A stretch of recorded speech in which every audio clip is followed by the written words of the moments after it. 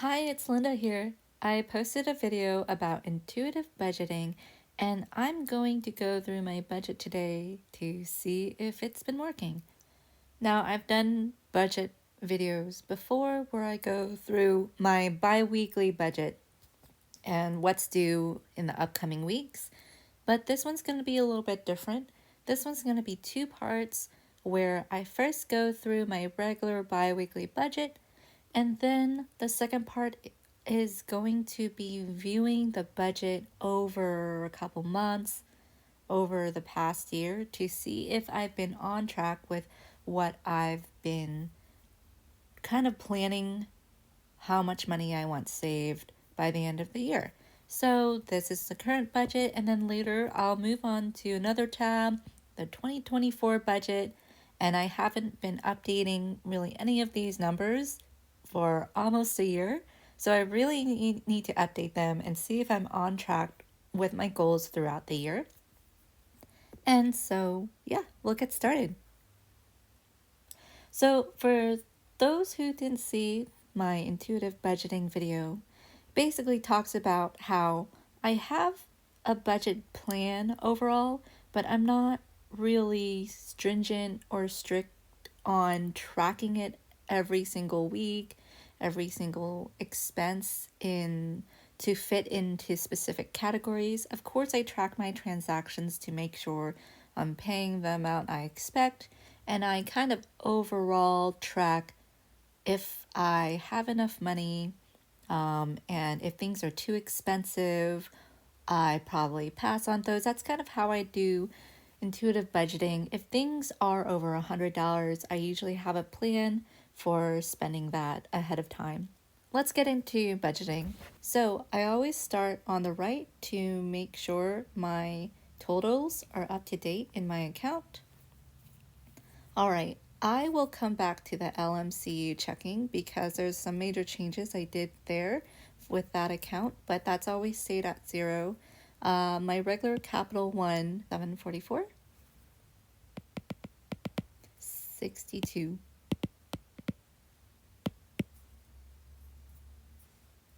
Okay. And I am currently reading these totals off my Empower app, the Old Personal Capital Empower dashboard. It has all these numbers, so it's really easy to use and keep my accounts consolidated where I could see it in one view.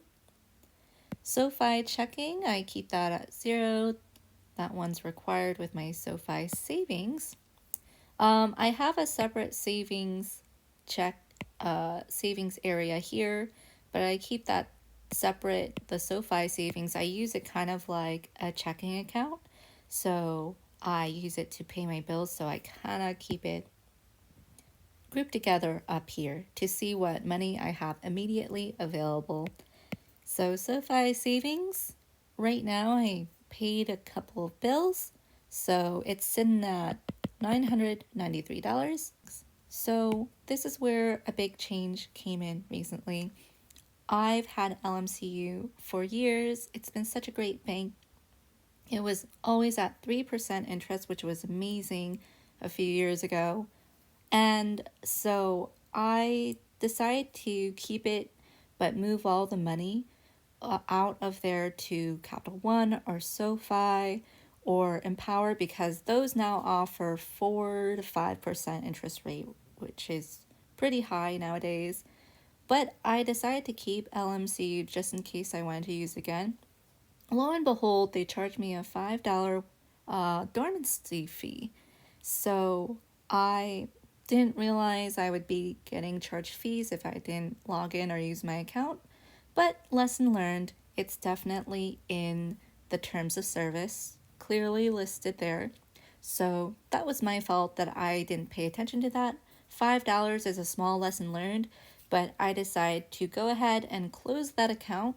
So I zeroed it out. I moved the money, I believe, to my Capital One checking. And yeah, so now this one is closed. So I don't have to worry about a monthly $5 fee just for being dormant anymore. And close accounts, I usually just like keep it there for sometime just as a reminder or in case anything pops up again. So now I can mark this as closed.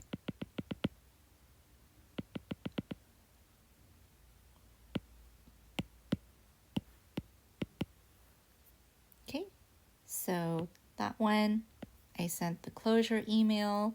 It's officially closed with these, and this one's closed as well. So together I just closed both the checking and savings. All right, Capital One CD, Certificate of Deposit. So this is exciting. I have one more month until this one matures. The current balance is the same because I updated this a few weeks ago.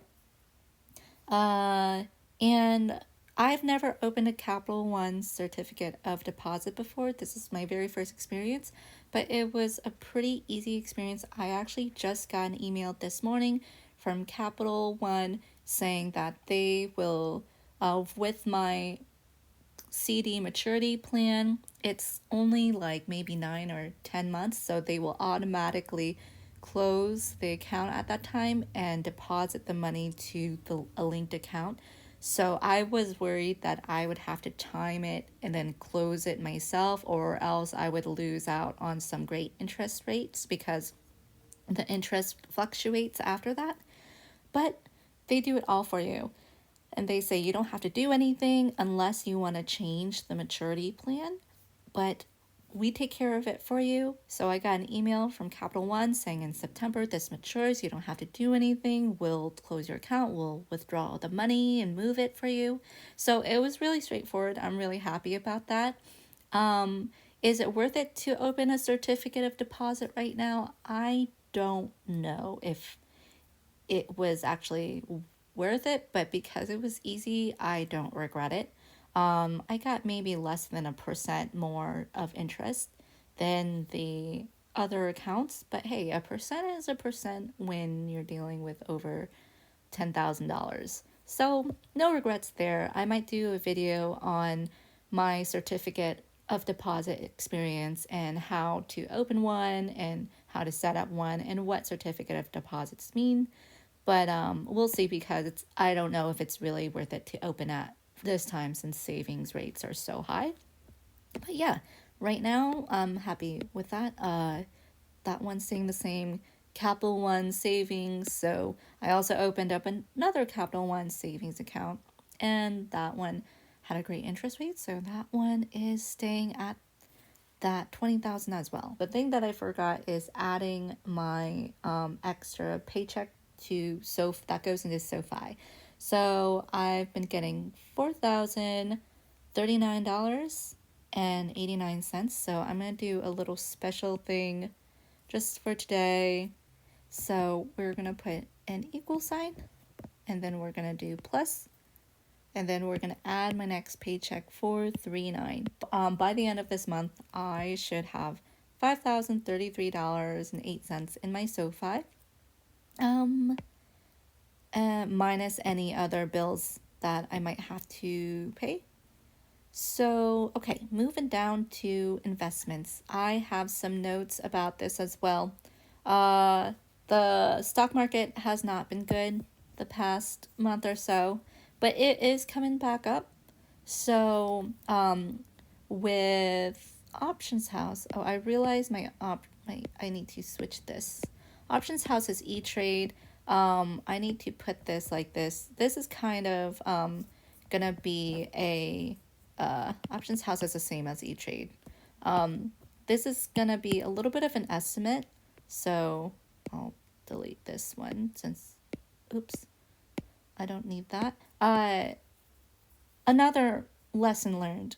A lot of lesson learns in this video. I got charged $35 for holding a stock that I guess merged with another company or did a buyback or something. I still have to look into the details, but I never knew this could happen. $35 is a chunk of money. You could get multiple streaming subscriptions for that. You could get like a really nice lunch for that. So I'm kind of mad that that happened. I had no clue. Right now it's under E Trade. I really should rename this E Trade because Options House. So what had happened? Little story time. Uh, when I graduated college, I was just a spry, really young 22-year-old. Is spry the right word? I don't know what spry means. Maybe I'm just trying to sound smart. But I'm looking it up. Yes, spry means active and lively. Lively. So I was a spry 22-year-old college grad. And I was like, let me try to get into investing. I know nothing about it. So the first account I opened was with this company called Options House because I think they gave you cash back when you open an account. And then my first foray into just the real stock market. I mean, I'm a finance major, so I did some scenarios with stock markets in the past, but I never used my real money, right? So my real experience in the stock market was with Options House.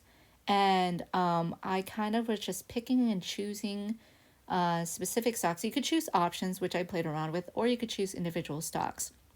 And so I kind of got into a little bit of penny stocks, trading things on companies I have never heard of before, and maybe a little bit of day trading, but as much as the limit allows before you're actually called a day trader. I think it was like, I don't know, one trade a day. And so I was just playing around, buying these stocks. I never knew what they were about.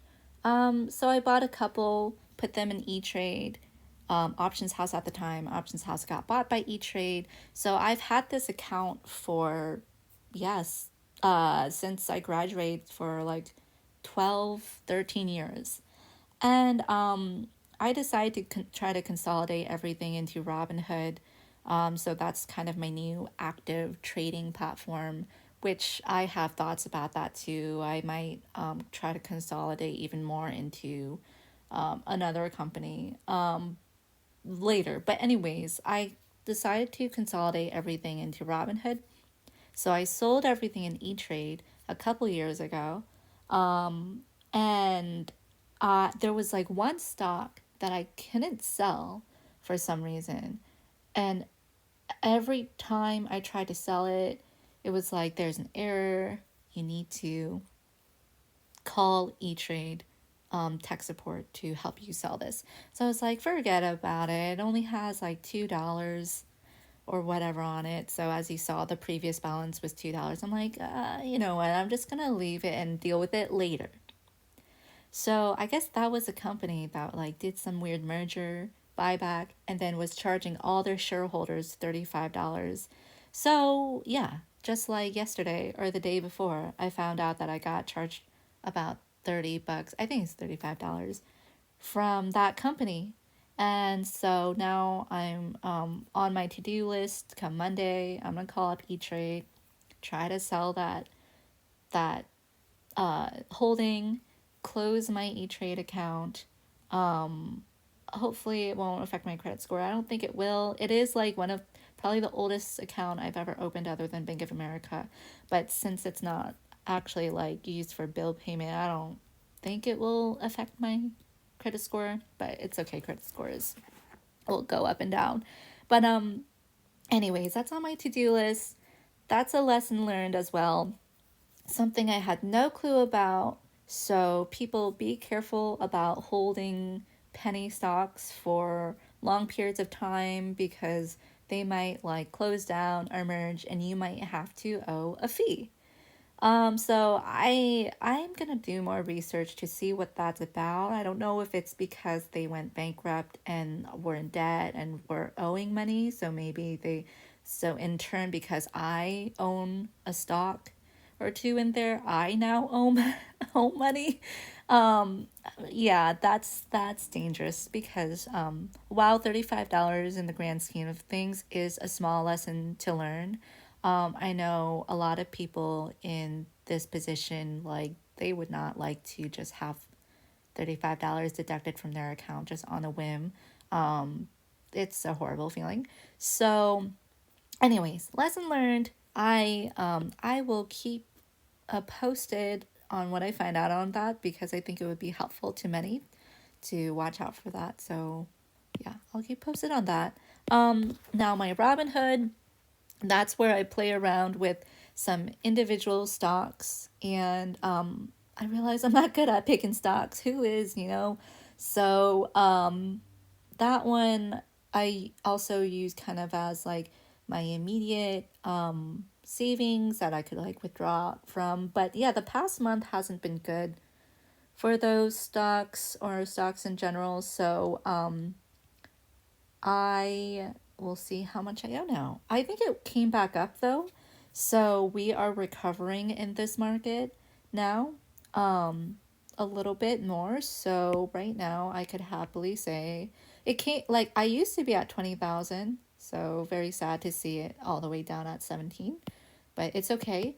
You know, I don't need that money immediately. So it's a long-term game, of course. So I'm not that sad. It is what it is. But it came up to 18,262.73. All right. And then for Vanguard, same deal. Funny story. I actually deposited $7,000, I think, at the beginning of July into this Vanguard mutual fund account. And the stock market went down so much that it looked like my deposit didn't go through. So I don't know. I kind of went mini Karen mode and emailed Vanguard. I was like, "Excuse me."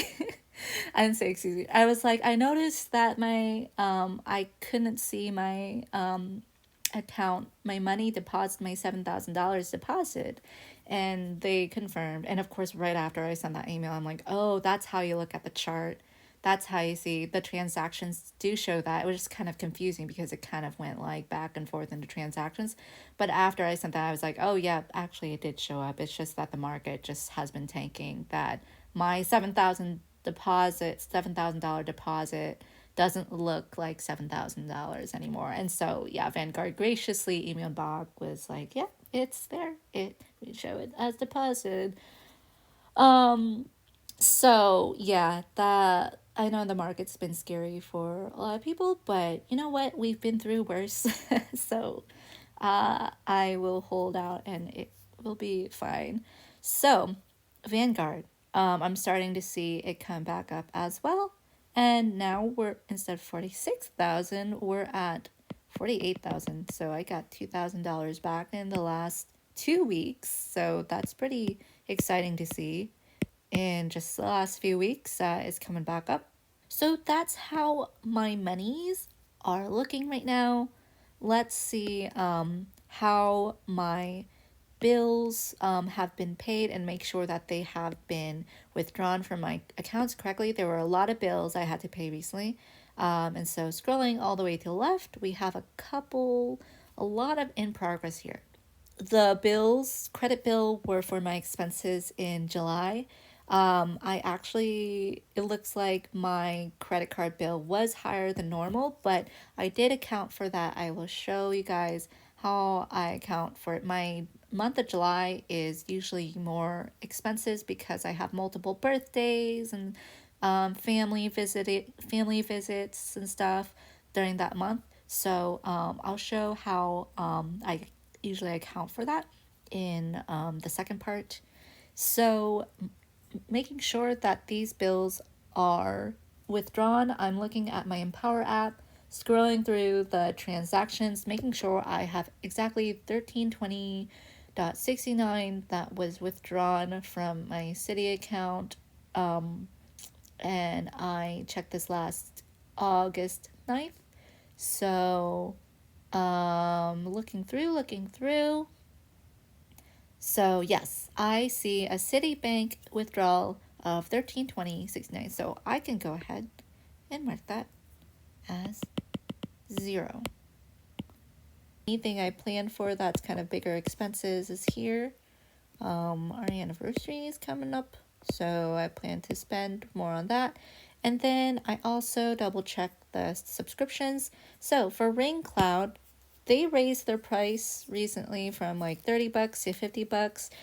I went ahead and closed that anyways, so I don't really have to worry about it anymore. But I'll just say closed. This one's still active. Next year I plan to close it. Mint Mobile, that's a mainstay. That's my cell phone bill. I'm happy to say I don't actually have any other active subscriptions other than free trials. Like I have my Paramount Plus free trial. I honestly don't really see any shows I like in there, so think I already have it set to close. I did close my GoDaddy website accounts officially. So closed out those so they wouldn't auto renew. I never actually used those. I thought I wanted to create a whole website, official website for my YouTube channels, but it's not needed at this time. Checking into other things.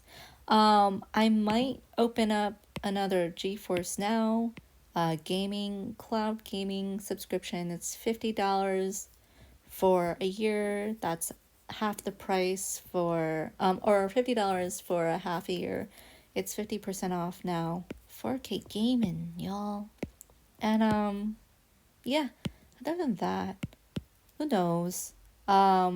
Maybe I'll see if it could fit into my overall budget plan. I mean, $50 probably, but I've been paying like random things here and there, so we'll see. Okay. So the rest of this now we check what bills are due. And I really don't have anything due.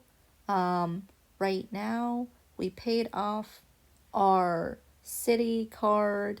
The only other card I'm actively using is Best Buy because they have a promo going on.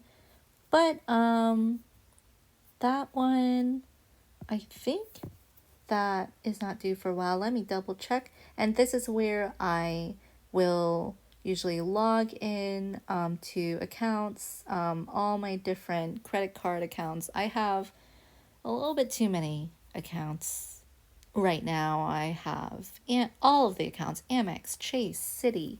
So let me log into them to make sure that they're at zero balance or nothing's due. Right now, we could keep that credit bill at the top here at zero. Looking at the total credit card amount due right now with a $50, oops, wrong one. Right now with a $50 balance on the Best Buy card and about $700 balance on the Citi card, I have $761.65 due. So since it's gonna be about another 2 weeks that I will be paying off the Citi credit card again, I noticed that my balance for that is already kind of at the upper limit of what I've been usually paying. And usually I like to keep it below 1,000 unless I have things planned for. Like last month, the balance was definitely above 1,000. But for me, my gauge is just like where the intuitive budgeting comes in. As long as it's below 1,000 at the end of the billing cycle, I'm happy with that. And I paid down my mortgage.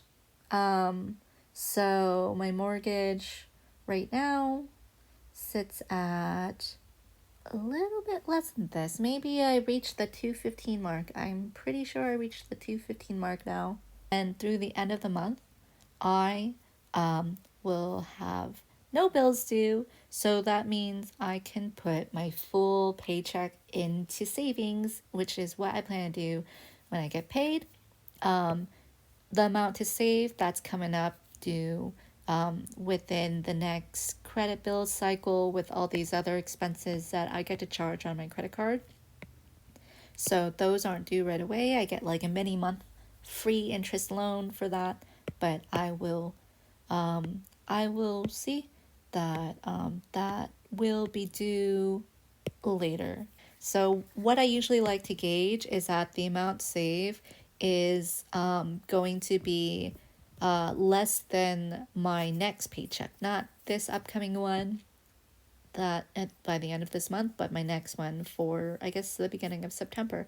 And so it's planned to be, I will have 4,000 coming in there. It's going to be more than 2,000 here.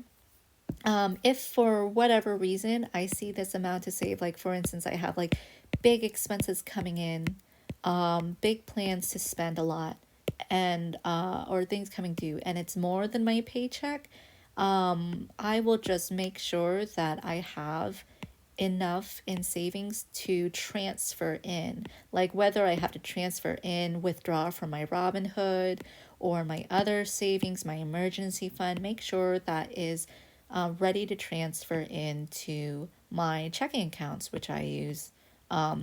Technically, it's savings, SoFi savings, or Capital One right now. Those are my bill paying accounts.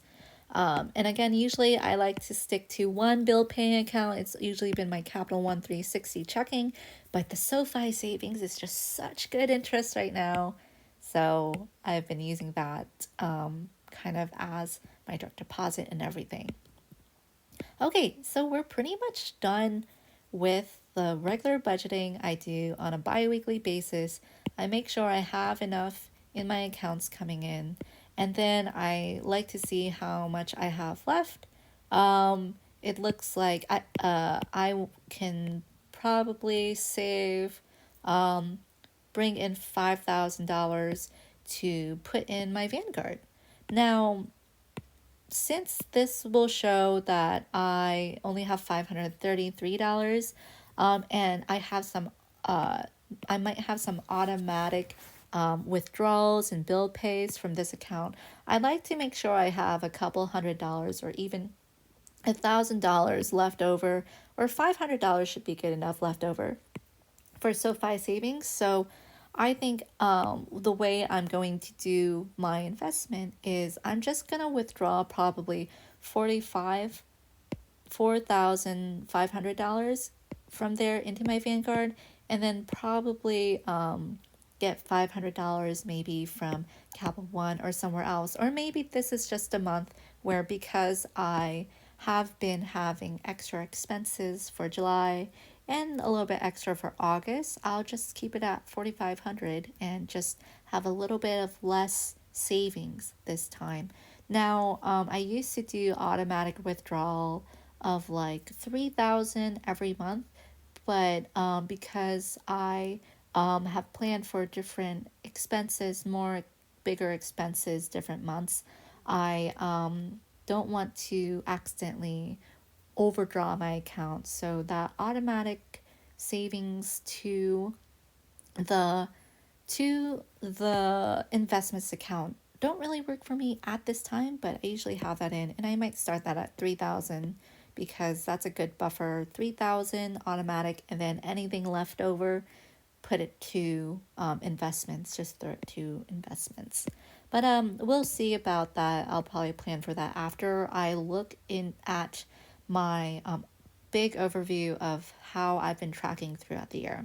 So we'll probably come back to this spreadsheet.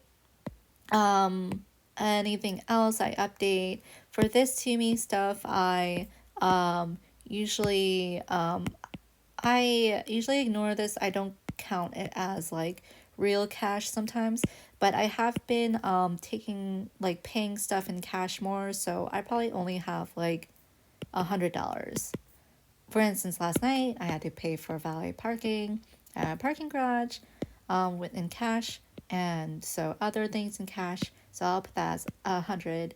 And for my airline points and stuff, I have to review those another time. I currently don't have any travel plans in the near future. Really, that will by plane at least. So not even hotels in the near future. So I'm just gonna ignore that for now. Okay, we're gonna move on to the budgeting for multiple months at a time. So we're gonna look at actually 23 and 24. This spreadsheet I've actually been keeping track of these kind of expenses for the past couple years, since like 2020, 2021 maybe. Kind of in this format. This might be the more traditional format of budgeting a lot of people are used to. The way I have it set up is usually I should be doing this at the end of every month, and I was. But then for the past year, I just haven't been tracking it. So we'll see if my intuitive budgeting has been keeping on track. So, looking at 2024, I didn't update these at all. There's some numbers that I have increased and I need to update those. I increased my expenses $100 more on groceries, $100 more on entertainment, and I've made some changes on how much I'm putting to savings and also how much I'm putting to 401k. So I'll update those as well. But just looking at this, a year ago, I had a plan to have $100,000 in available cash by the end of this month. So I forgot I had maybe forecasted that, and it is just, I guess, works out that this month is the month I decide to look at it again. Now, when I say I plan to have $100,000 in cash by the end of this month, I mean anything that is in my checking account, in my savings account, and I also counted my certificate of deposit because it was less than a year. I'm counting that because it's right now it's gonna mature next month, so it's immediate. And also in my stock portfolio that are outside of my retirement accounts and my mutual funds that are outside my retirement accounts. So anything I could ideally withdraw within a year or pretty immediate, I count. I don't count anything in my Roth IRA or 401k. I kind of just, yeah, there's no use in tracking that because if I track that too much, I'm going to get scared by market fluctuations like for the past month. And I won't be able to touch that money for another good 30 years from now. And I'm not planning to. I never want to take out 401k loans. I never want to take out early withdrawals to get that 10% penalty. Like, yes, I do have a $500,000 in savings right now, but and a good chunk of that, majority of that is in my 401k, my Roth IRA. Can I use that money to go buy stuff today, right now? Yes, technically, I could go use that money. I could buy a Ferrari. I could probably buy a really small, really, really small townhouse in full where I am. Probably not buy a good house in full, but I could buy a lot of cars with that money if I withdrew it. And it's possible. I could have access to that money. I'll just pay a 10% fee and, get that money out. But no, I want to invest in my retirement. I want to have a good retirement where I'm not worrying too much about money. And I don't need that. I don't need that money. I don't need that stuff. I don't need to buy a really expensive car or like pay in full for a house. I'm going to try to save money to put at least a good down payment if I can't pay for a new house in the next few years. So, anyways, that's why I don't include my retirement account in here. I think that actually I might start doing that to keep track of my net worth in total because I used to use Mint to keep track of my net worth, and Mint was really good. I started using that right out of college, and so it showed that I was negative net worth with like 30. Actually, I think I was actually in $50,000 in debt because the $30,000 student loans was what I graduated with. And then, not even a few months after graduating, I took out a loan for like $15,000 for a car. And so I owed like 40, almost $50,000. Probably paid $50,000 in interest with that overall. So, yeah, Mint showed my negative net worth and showed it growing. It was very, very accurate, and I linked my retirement accounts. But, as you guys know, Mint got deleted. Well, no, it turned into Credit Karma. And I don't want to sign up for Credit Karma because it asks you for your address and all this personal information, and I don't trust it. And I don't know if they have like network calculations there. I think they deleted all of the data from it, which is so sad. So I don't have my true net worth calculation year by year anymore.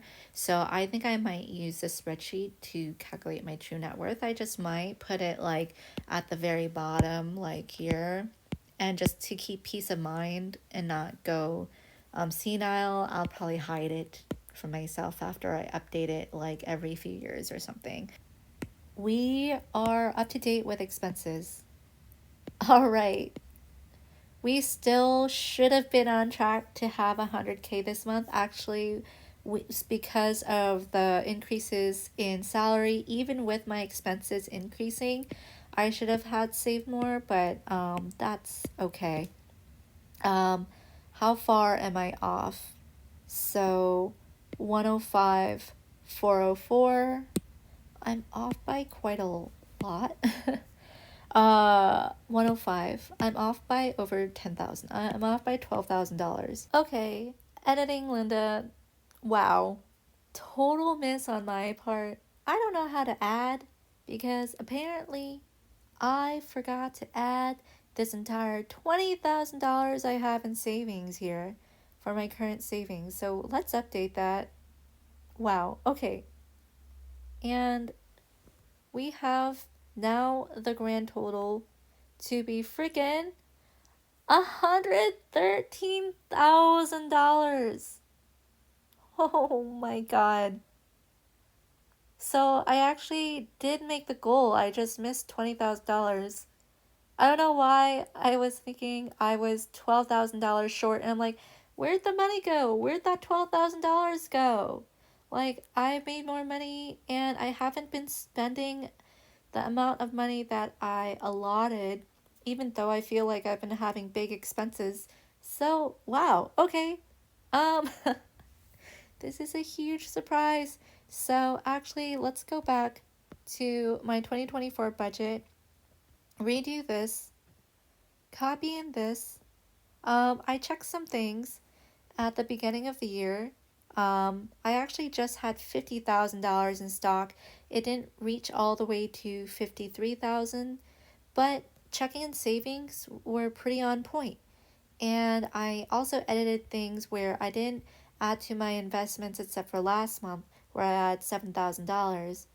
And so now, if I were to redo this a little bit, add this back in, paste. Now, this goal here totally works. And I made my goal, and I think I actually made my goal last month. I think a couple factors went into this. I definitely allotted more of my budget for gifts and other miscellaneous things, and I didn't spend that much. And also, yes, the stock market has been fluctuating the last month, but I was very conservative and just put a 5% return. So, as you know, if you've been seeing the stock market, overall my portfolio grew about 10 to 13% this year. It fluctuated a lot. But the past few years it's been growing consistently around 10%. So um I've been really conservative, putting 5%, and checking and savings are now growing at 5%. So let me just see if I factored that in, if that will raise up my other stuff. There we go. Increase like $700 almost. Nice. Yeah, very happy with that. 113. So I'm $8,000 ahead of schedule. Yay! But I'm very happy with that. I don't know how I missed 20,000 whole freaking dollars. 20K in my calculation, but man, that helps a lot and that feels really good. So I'm happy to say I did meet my goal and even more. I adjusted it to show that I had planned to meet my goal in July, and I think I even did it earlier this year. Just to summarize the chart and how I make it, I have my income at the top, and I try to keep accurate at least on how much I have coming into my bank account from my paychecks in this total income. And I also try to track how much I contribute to 401k, HSA. Just a note, I used to max out my 401k as much as possible, but I realize I'm still at a low tax bracket right now, and I have no clue that when I retire, I might actually be in a higher tax bracket. So I decided to slow down on saving into my 401k, so I reduced it to 3% of my income to put in my 401k now. I feel comfortable doing that because I have a lot in there saved already. And yeah, I still contribute to my Roth IRA. So with that, I'm going to slow down on 401k, and that gives me more income throughout the month as well. And taxable salary, I put in salary tax here. I kind of lump up everything with state tax, federal tax, Social Security, Medicare, and that comes up to 29 to 30% deducted from my paycheck, more or less. And so, as long as it matches my pay stub at the bottom, then it works out for me. And then I have the rest of my expenses. And because month to month things vary, this gives me a bird's eye view of what big ticket items might be coming due soon. So I have my car insurance due every 6 months and my car property tax due once a year. I have gifts throughout the year, and I used to give something to my parents every month, but now I just lump it up into gifts. And so February is Valentine's Day. Then we have March, some birthdays. April, a lot of birthdays. July, a lot of birthdays, and also family visits. November, just going down in miscellaneous. October is my birthday, so I spend some things there. November is Thanksgiving, so I spend a little bit more. December is just gifts for everybody. I have also at the top, forgot to mention taxes owed. So this year, actually last month, I did do a 401k rollover. I'm rolling it into my Roth, about $31,000. So I'm expected to have to pay tax on that next year. And so I put it in these stock income calculations here. And I'm able to roughly calculate how much I'll owe from what I took out of my 401k or anything like RSUs, for instance. I used to work at a job that gave RSUs, and I need to pay tax on that the following year. So anything like that, I have to account for taxes that will be owed, because that's usually a very big expense as well. So this year I did those activities, where next year I'll have to owe $9,920. And so I actually have a little spot every year on April where it automatically calculates from the previous year the taxes owed, and I have a little note that says tax bill. So as you can see, if we go into 2025, that 9,000 will show up here for April. And so let me go ahead and freeze some rows. But for April, it shows carries over the 9,000, almost $10,000 I'll have to pay back in taxes next year. So I could budget for that, and I won't be surprised by it. I'll make sure I have enough money in my bank account. And just for some extra other big ticket miscellaneous expenses, let's look at the previous year in 2023. This was a big travel year for us. We went to Japan, and also I had a lot of other big expenses. So come January, I had a note for $9,000 I had to pay for roofing, a new roof, some insurance, some credit card bills due from Christmas gifts I bought, and preparing for Japan travel and fees in the summer. And so different things here, and then also more different expenses. So last year was more expenses, and that's how I accounted for it and how I planned for it.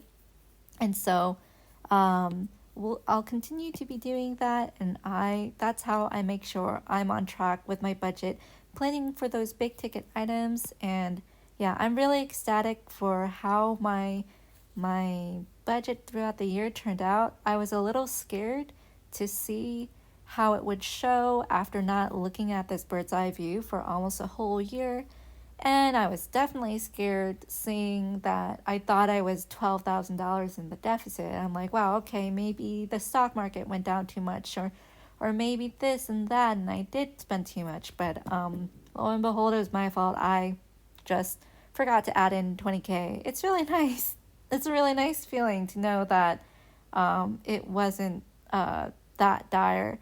So yeah, I'll try to continue to keep track of this every month, and I think I'm gonna try to add in my net worth into this graph as well, and we'll continue trucking on. Thank you for joining. All right, bye.